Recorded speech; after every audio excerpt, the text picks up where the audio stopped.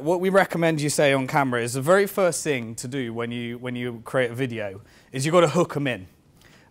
Whether someone watches your video or not will be determined in the first 8 to 16 seconds. You'll find that about 50 to 60% of people switch off in the first 8 to 16 seconds.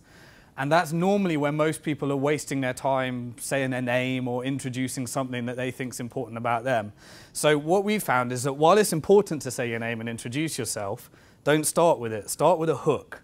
And I've given you some examples of a hook. So a hook could be a few things. Normally, and I'll go through some examples, but normally it's telling the viewer what they're going to get out of watching that video. So I always begin my videos with, in this video, ... fill in the blank. And I've given you one of the things we're going to see when we go through it. So hook them in the first 8 to 16 seconds, and then later you can then go into introducing yourself.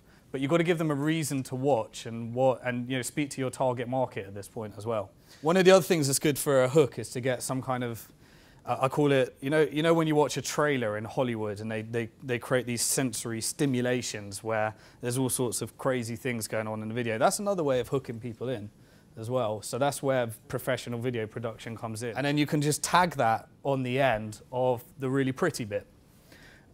Which is where you're telling your story and you're telling about why you're doing it and following the perfect pitch framework. So here's what you do: you hook them in. You then create you do the perfect pitch framework to tell your story. Story is the most important thing that you can do.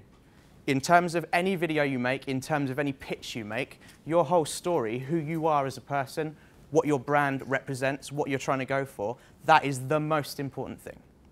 And we as a creative team, we input story into whatever we do. It is the most important thing about what we do. That's our biggest level of input in any video we make, when we're talking to any clients, when we're talking to anyone. What we're concentrating on is where their story is. So here's what you do: you hook them in. You then create you do the perfect pitch framework to tell your story.